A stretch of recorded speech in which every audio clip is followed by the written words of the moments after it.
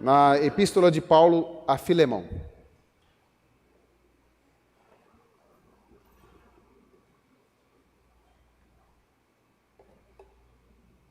Epístola de Paulo a Filemão. Alguns já devem estar pensando, li hoje. De fato. Vou pedir a ajuda da igreja para uma leitura alternada. E você que está em casa pode acompanhar a leitura, inclusive em voz audível, para você mesmo, para você mesma, onde você estiver. Está escrito na palavra de Deus: Paulo, prisioneiro de Cristo Jesus, e o irmão Timóteo, ao amado Filemão, também nosso colaborador.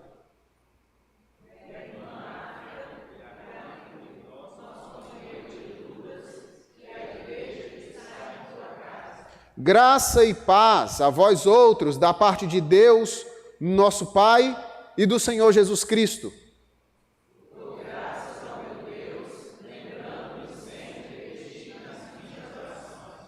Estando ciente do teu amor e da fé que tens para com o Senhor Jesus e todos os santos.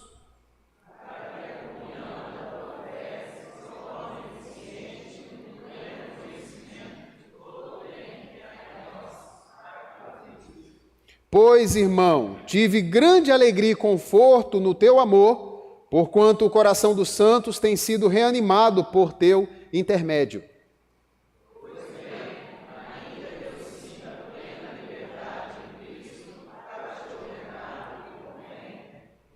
Prefiro, todavia, solicitar em nome do amor, sendo o que sou, Paulo, o velho e agora até prisioneiro de Cristo Jesus.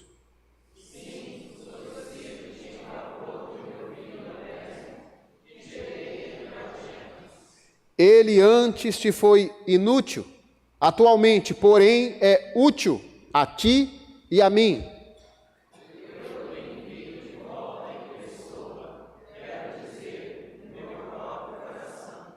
Eu queria conservá-lo comigo mesmo, para, em teu lugar, me servir nas algemas, que carrego por causa do Evangelho. Nada, porém, me desfazer sem o teu consentimento, para que a tua vontade não venha a ser como por obrigação, mas de livre vontade.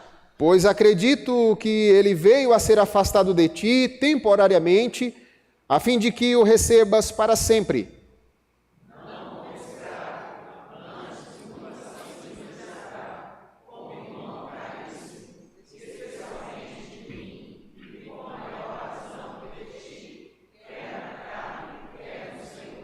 Se, portanto, me consideras companheiro, recebe-o como se fosse a mim mesmo.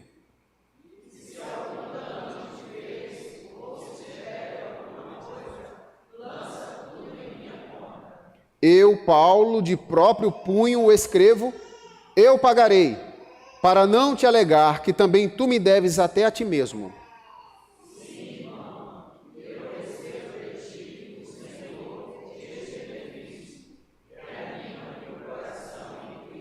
Certo como estou da tua obediência, eu te escrevo, sabendo que farás mais do que estou pedindo.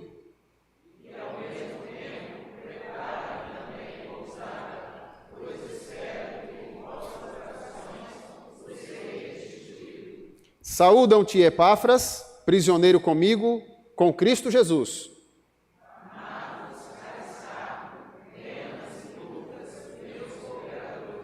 A graça do Senhor Jesus Cristo seja com o vosso espírito. Oremos mais uma vez, queridos. Pai, como orou agora há pouco a irmã Adriana, nós te pedimos que a tua palavra venha ao encontro do nosso coração, das nossas necessidades. Nós dependemos do Senhor, estamos aqui pelo Senhor e pedimos que o teu Espírito Santo nos ilumine de tal forma que esta palavra, Deus, venha encontrar morada no nosso coração e também razão em nossas práticas cotidianas. Oramos assim em nome de Jesus. Amém. Amados, particularmente, eu acredito que gosto de artes, inclusive a arte cinematográfica. E eu aprendo muito com filmes, especialmente aqueles que trazem lições de vida. Gosto das biografias. Já assisti Carol Wojtyla, já assisti Madre Teresa de Calcutá, já assisti Alexandre o Grande, assisti esses filmes. Raramente eu vejo comédia, mas teve duas delas que trouxeram uma lição tão interessante, um final em comum, no qual os protagonistas tiveram a oportunidade de fazer tudo de novo diferente na vida. É como se eles tivessem sonhado e a vida tivesse sido aquele desastre em todas as áreas, no casamento, nas finanças e em tudo mais. E quando eles acordam no final do filme, eles percebem que tudo aquilo era um grande pesadelo. E eles têm uma nova chance de fazer tudo novo, de novo. Ao olhar para essa epístola, a gente percebe que as três principais personagens, Paulo, Onésimo e Filemão, têm uma nova chance. Nós estudamos pela manhã na escola dominical esta epístola e vimos sobre o objetivo principal dela, que era o de reconciliação entre duas pessoas, Filemão, o senhor, o patrão, e Onésimo, o seu servo, o seu escravo, que havia fugido. E trouxemos algumas aplicações práticas para a nossa vida, para a nossa igreja, dentro desse tema anual, chamados para servir. E a grande questão, a grande pergunta foi, qual a relação do tema anual da nossa igreja, chamados para servir, com essa epístola de Paulo a Filemão e a nossa igreja presbiteriana de Cobelândia? E muitas das aplicações práticas surgiram do meio dos estudantes que aqui estavam na escola dominical.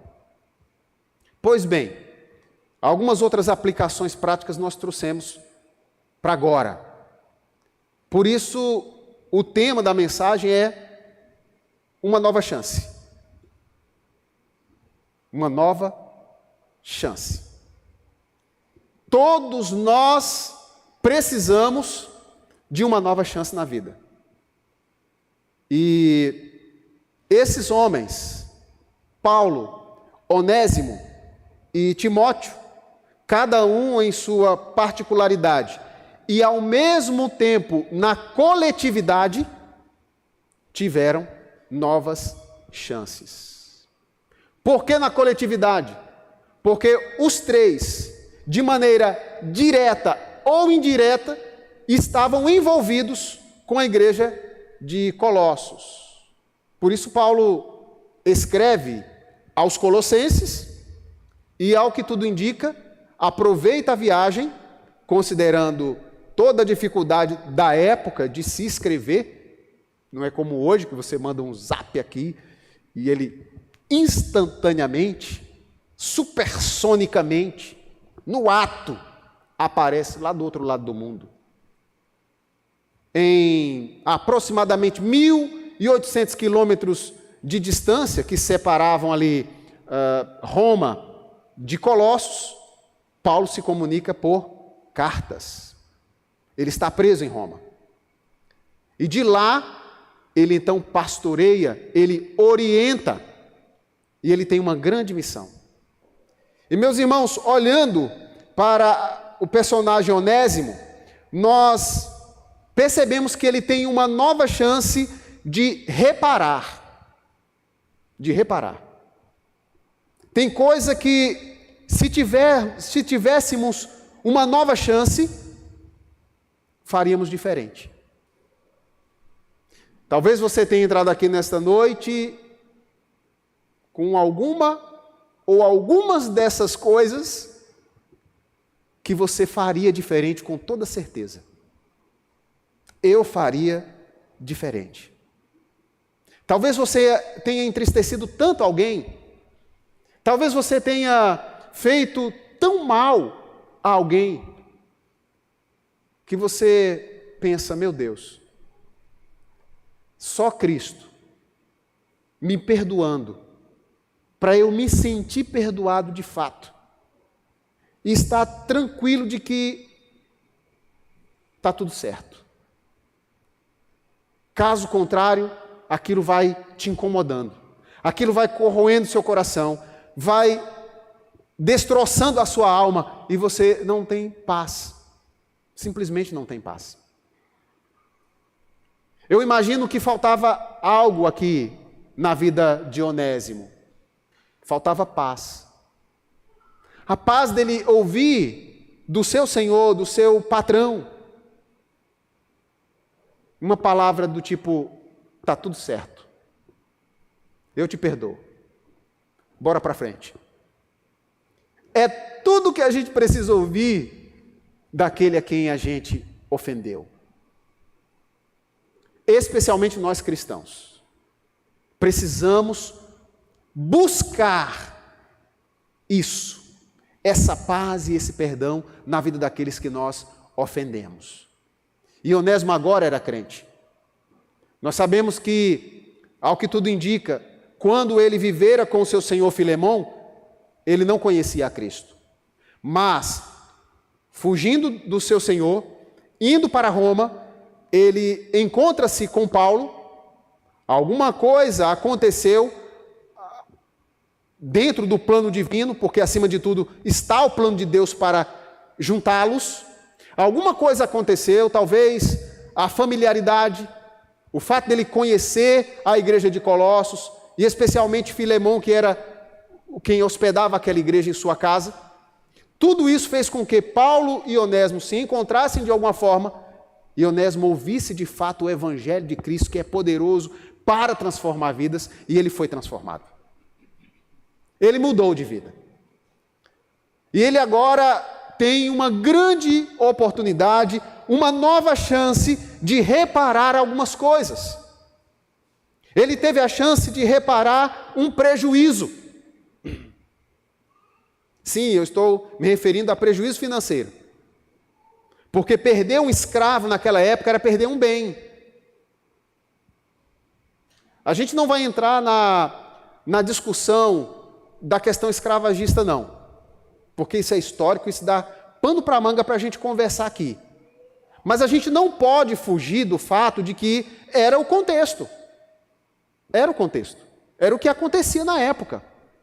E isso precisava ser administrado. E o escravo fugindo era um prejuízo tremendo, porque o Senhor contava com os serviços dele. Contava com ele. Então, o que está escrito aqui no versículo 11 é que, verso 11, ele antes te foi inútil, atualmente, porém, ele é útil a ti e a mim. Vejam, aí na sua Bíblia, no rodapé, tem o significado do nome Onésimo, que é útil. E Paulo, sabiamente, utiliza esse trocadilho de palavras para dizer, olha, ele agora tem uma chance, uma oportunidade de reparar esse prejuízo. Fugido, ele é inútil, mas voltando, ele é útil. E Onésimo tem essa chance. Um outro possível prejuízo pode ter ocorrido também pelo fato de Onésimo ter, não é nada comprovado, mas possivelmente, levado, além do seu prejuízo, o prejuízo de si, dele ser um escravo, o prejuízo em si, ter levado algum dinheiro do seu patrão. Afinal de contas, ele precisava viajar, ele precisava chegar a Roma. E como é que um escravo faria isso sem recursos? Bom, é uma especulação. Nem Paulo tinha tanta certeza disso, como nós vimos hoje pela manhã, no versículo 18, Paulo diz assim: e se algum dano te fez, ou se te deve alguma coisa, lança tudo em minha conta. E a gente lembrou com os irmãos aqui. Se Paulo tivesse certeza, Paulo teria dito: aquele dano, aquele prejuízo financeiro que ele te causou, coloque na minha conta. Mas Paulo usa o se. Então, significa que há uma possibilidade dele também ter causado esse tipo de prejuízo. E Onésimo agora tem a chance de reparar isso. Como? Veremos daqui a pouco, na oportunidade que o apóstolo Paulo também teve, na chance que o apóstolo Paulo também teve. O fato é que Onésimo tinha a chance de indenizar, com a ajuda do apóstolo, o seu patrão. Indenização, gente, para além de legal, é moral. Indenização não é só legal, uma questão legal, é também uma questão moral. Então é importante pensar nisso. Teve a chance de reparar ainda a confiança do seu Senhor. Versículos 15 e 16. Pois acredito que ele veio a ser afastado de ti temporariamente, a fim de que o recebas para sempre. Não como escravo, antes muito acima de escravo, como um irmão caríssimo, especialmente de mim, e com maior razão de ti, quer na carne, quer no Senhor. Paulo tinha ambos como filhos, filhos na fé. E Paulo, então, coloca essa possibilidade de Onésimo restaurar, resgatar, reparar esta confiança no seu Senhor. Reparar confiança, meus irmãos, é algo difícil demais. Reparar, reconquistar a confiança de alguém dá trabalho. Mas é necessário. E se você tiver essa chance de reconquistar uma confiança perdida, meu querido, minha querida, não desperdice. Abrace-a. Abrace essa oportunidade, abrace essa chance, porque a nossa vida, ela é feita também de relacionamentos. E nós precisamos uns dos outros, nós precisamos de redes, nós precisamos de companheirismo. Paulo o tempo todo aqui enfatiza a questão dos companheiros dele na labuta. Sim, chama Filemão de companheiro, porque nós precisamos. E essa relação de companheirismo, ela é criada na base da confiança. Isso não tem preço. Não tem preço. É por isso que quando a gente encontra alguém na vida com quem a gente quer compartilhar a vida, a gente investe. Porque não é fácil, irmãos. Quem acha uma esposa, acha o quê? Quem acha uma esposa, acha um bem. E alcançou a benevolência do Senhor. Você encontrou um bem, maridão? Eu vou perguntar de novo, eu gostaria de um amém. Você encontrou um bem, marido? Amém. Companheirismo, confiança. Essa é uma das bases do relacionamento. Então abrace isso. Apegue-se a essa oportunidade. Pastor, eu tenho uma nova chance. Abrace essa nova chance. Não desperdice. Porque nem todo mundo tem a chance que Onésimo teve. Ah, meus irmãos, Filemão também teve chances. Qual foi a chance de Filemão? Ele teve uma nova chance de perdoar. Nova chance de perdoar? Ele não já havia possivelmente perdoado a Onésimo? Possivelmente como cristão. No seu coração, antes mesmo de Paulo escrever essa carta, quem sabe o Espírito Santo de Deus já estava preparando o coração de Filemão. Um dia você vai precisar perdoá-lo. Um dia você vai precisar perdoá-lo. Enquanto cristão, Filemão, que era o hóspede, lembram aqui em versículos 1 e 2? A igreja que está na tua casa. Filemão acostumado a lidar com gente. Irmãos, lidar com gente é lidar com perdão também. Porque vão pisar no seu calo. Vão pisar na sua unha. Inclusive quando ela estiver encravada. Vão pisar.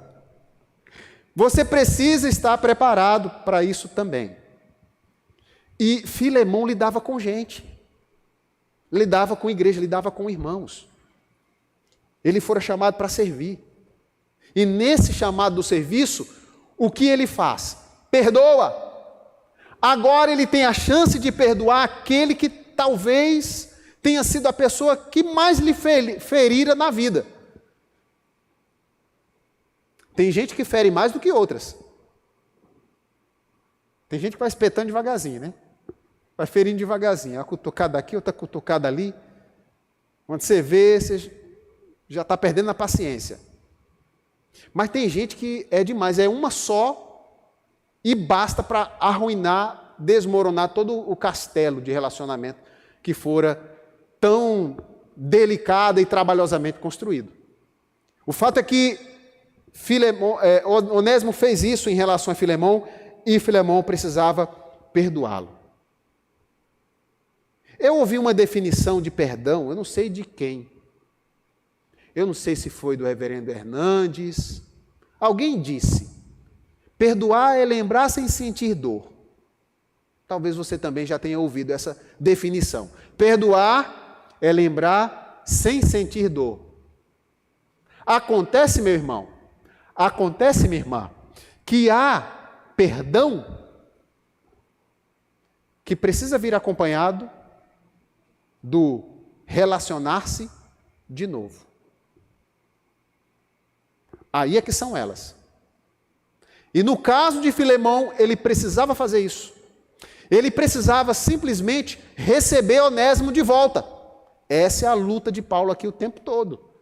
Para convencê-lo disso, com a ajuda do Espírito Santo de Deus, inspirado pelo Espírito Santo do Senhor. O perdão de Filemão implicaria voltar a trabalhar junto. Onésimo e Filemão colocando a mão no arado de novo. Tanto Onésimo trabalhando para Filemão novamente, como ambos trabalhando para o Senhor dos Senhores. Coisa interessante, porque o que a gente vê relendo o versículo 11, que a gente já leu, o seguinte: ele antes te foi inútil, atualmente, porém, é útil a ti e a mim. O que Paulo está dizendo? Ele é uma nova criatura, ele também foi chamado para servir e ele é útil no reino. Então, Filemão, receba-o aí, porque vocês vão trabalhar juntos de novo. Eita! Tem gente que a gente consegue trabalhar junto. Porque a gente sabe que vai dar a hora do ponto e você vai ter um descanso. Agora, só no outro dia. E conviver. Não apenas trabalhar, mas também levar para casa. Pois era o que tinha que acontecer. O perdão de Filemão implicaria também voltar a conviver. Para além de trabalhar, para além de uma relação trabalhista, deveria haver também uma relação fraterna. E é isso que está escrito novamente nos versículos 15 e 16. Pois acredito que ele veio a ser afastado de ti temporariamente, a fim de que o recebas para sempre, não como escravo, como irmão caríssimo, especialmente de mim, e com maior razão de ti, que é na carne, que é no espírito. Vocês precisarão ter uma relação fraterna, para além da trabalhista. Meus irmãos, e a questão do testemunho de Filemão? Crente tem que testemunhar, né? Não adianta só discurso, não adianta só palavra. Tem que viver o que prega, tem que pregar o que vive. E Filemão, como cristão agora, se ele castiga o escravo, o que é que a igreja que estava na casa dele iria pensar? Se ele cruza os braços e finge que nada aconteceu, o que é que a sociedade da época ia pensar? Afinal de contas, toda a sociedade era formada por senhores e escravos. O grande Império Romano tinha milhões de escravos, né? O que iria acontecer? Paulo tem uma solução para o problema, dizem os grandes estudiosos, os comentaristas aí como Hendrickson, Warren Wiersbe e tantos outros, né? Eles dizem que Paulo tem essa solução. E qual é a solução? Versículos 18 e 19. E se algum dano te fez, ou se de alguma coisa, ou se te deve alguma coisa, lança tudo em minha conta. Eu, Paulo, de próprio punho o escrevo, eu pagarei, para não te alegar que também tu me deves até a ti mesmo. A gente poderia ficar aqui um tempo aqui explicando essas expressões de Paulo. O fato de Filemão dever a Paulo essa sua conversão, Paulo ser um instrumento de Deus para a conversão dele. E Paulo diz assim, olha, Filemão, eu vou oferecer a você uma solução que vai ficar bom, tanto para a igreja como para a sociedade. Eu não estou tirando a sua autoridade, você continua sendo o senhor de Onésimo, e eu o ajudo a indenizar o prejuízo. A igreja vai entender que você agiu como cristão, e a sociedade vai entender que você também não está aqui simplesmente querendo afrontá-la. Tudo vai ficar bem, tudo vai ficar certo. Portanto, meus irmãos, vejam que chance, que oportunidade aquele senhor tinha nas mãos. Uma oportunidade de voltar a se relacionar com alguém que ele amava e que o pecado estragou aquele relacionamento. A oportunidade de testemunhar do Senhor. Então, meu irmão, minha irmã, se você tiver a oportunidade, a chance de perdoar, perdoe de verdade.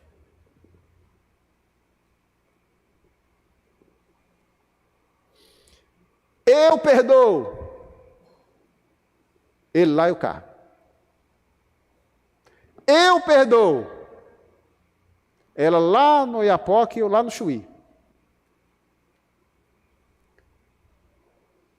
E se for a vontade de Deus, que você volte a conviver, que você volte a trabalhar junto.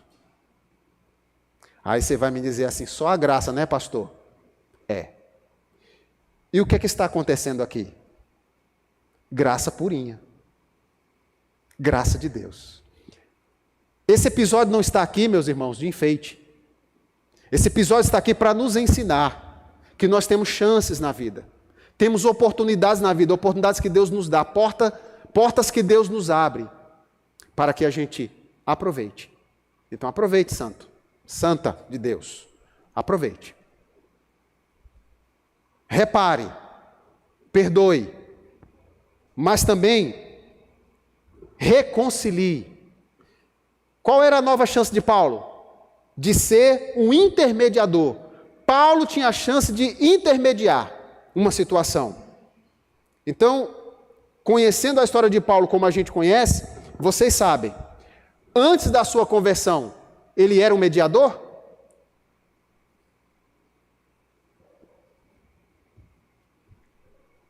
Negativo. Pelo contrário, ele era um perseguidor dos cristãos. Um perseguidor do povo de Deus, não tinha conciliação com ele não. Ele já chegava para prender, para mandar matar. Ponto. Ele era um assassino. Mas tudo mudou a caminho de Damasco em Atos 9, como a gente conhece. E a partir dali, Paulo se torna um grande conciliador da igreja. Um grande conciliador da fé. Um grande conciliador de relacionamentos. Afinal de contas, chamados para servir implica reconciliação. Se você não estiver disposto a ser um instrumento de Deus para a reconciliação de vidas, como você servirá ao Senhor?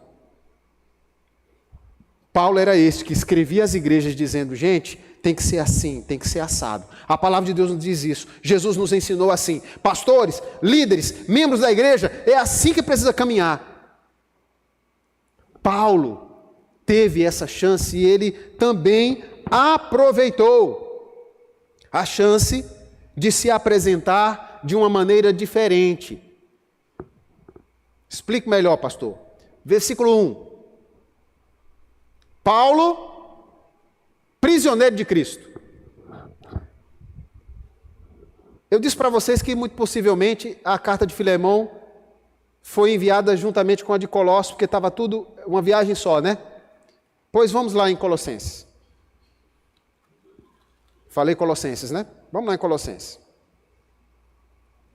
Versículo 1. Do capítulo 1 de Colossenses. Paulo, apóstolo de Jesus Cristo. Como ele se apresenta na carta à igreja? Apóstolo de Jesus Cristo. Como ele se apresenta na epístola a Filemão? Prisioneiro de Jesus Cristo. Irmãos, ele é sábio nas palavras. Nós precisamos ser mais sábios nas palavras. Não, pastor, mas eu sou o bambambam das galáxias. Eu me garanto, eu tenho uma autoestima, ó. E eu preciso me apresentar assim. Meu irmão, minha irmã, haverá momentos na vida que você deverá se apresentar, se aproximar das pessoas, usando uma linguagem diferente, baixando a bola, sem dar carteirada. Sabe como é que é? O que Jesus fez, você também deve fazer. Jesus veio até nós. E os cristãos que imitam a Cristo, obviamente, devem também, imitando ao Senhor, fazer o que Paulo fez. Eu estou preso, eu estou escrevendo em nome de um escravo, eu vou usar esse linguajar. Paulo, prisioneiro de Jesus Cristo. E ele começa a ganhar Filemão daí. E durante o tempo todo, ele vai usando palavras que vão tocando o coração de Filemão, para que Filemão, então, recebesse aquele homem, aquele seu ex-escravo. Percebam, ele tem a chance de ensinar com o próprio exemplo. Lá no versículo 24 está escrito, eu vou até ler o versículo 23 também. Saúdam-te, Epáfras, prisioneiro comigo, que era um líder religioso lá de Colossos, em Cristo Jesus, Marcos, Aristarco, Demas e Lucas, meus cooperadores. Olha a rede aí, ó, meus cooperadores. E quem foi João Marcos, gente? A gente lembrou de manhã. O indivíduo que abandonara Paulo na primeira viagem missionária. E como é que está o relacionamento dos dois agora? Servindo ao Senhor juntos. O que isso nos ensina aqui? Paulo não teria autoridade alguma de pedir uma reconciliação entre Filemão e Onésimo se ele não tivesse dado o exemplo de perdão e de reconciliação com a sua própria vida. Não posso falar para vocês aqui sobre perdão. Se houver alguém aqui entre vocês que não tenha sido perdoado por mim, que não sinta isso da minha parte ou quem quer que esteja me ouvindo. Não posso. O apóstolo Paulo, ele podia falar isso. Alguém escreveu no Zap essa semana no grupo da igreja ou em outro grupo que eu não lembro. Exemplo não é importante. Exemplo é tudo. Foi algo mais ou menos assim. Você não foi, Carol? Foi mais ou menos isso? Exemplo não é importante. Exemplo é tudo. Então seja exemplo, irmão. Seja exemplo, minha irmã. O que Paulo estava tendo a oportunidade aqui de fazer? De expressar o seu afeto. E ele diz isso com tantas palavras maravilhosas. Ele diz assim que Filemão é o seu filho que ele gerou em algemas. É o seu próprio coração. Ele expressa esse amor por Filemão. E expressar o amor, irmãos, é importante. Maridos, e aí a Silvia vai me cobrar depois também, é importante dizer, eu te amo. Tem quanto tempo que eu não digo eu te amo, meu bem? Responde não. Mas eu estou dizendo agora em público, eu te amo. Mas eu vou dizer em privado também, que eu sei que você vai cobrar, né? Vai precisar. Amados, é importante a gente dizer isso. Usar as palavras para transmitir os sentimentos. Relacionamento também é construído nessa conversa, sabe? E Paulo, sabendo disso, ele escreve bem. Filemão, você é meu cooperador. Eu te amo, cara. Nós estamos juntos. Como é que escreve lá resumidamente? No Zap? TMJ. Porque se não houver essa relação, não vai. Paulo teve essa oportunidade e abraçou, gente. Paulo não tinha Zap. Paulo tinha que botar tudo aqui. Era a chance da vida dele. É agora. Eu preciso, Senhor, falar o coração de Filemão. E o Espírito Santo de Deus, escreve mesmo, meu filho. Escreve mesmo. Bota para fora. Porque é uma chance. Tem coisa que a gente tem que falar, é agora, gente. A gente sabe disso. Tem que ser agora. Pense em alguém que você pode não ter amanhã. Pense em algo que você precisa falar e está protelando. Deus sabe por quê. Fale agora. Não deixe para amanhã, não. Teve essa oportunidade de expressar o seu afeto e o fez. Ele teve a oportunidade, meus irmãos, de ser um instrumento nas mãos de Deus, e foi. Um instrumento que nós devemos ser. Se você tiver a chance, meu amado, minha amada irmã, de mediar uma situação, faça. Peça sabedoria a Deus e faça. Deus vai te usar. Amém? Deus vai te usar. Uma nova chance. Falamos de algumas chances da vida. A chance de reparar algum dano. A chance de perdão. A chance de ser um instrumento conciliador. Mas há tantas outras chances na vida que você precisa aproveitar.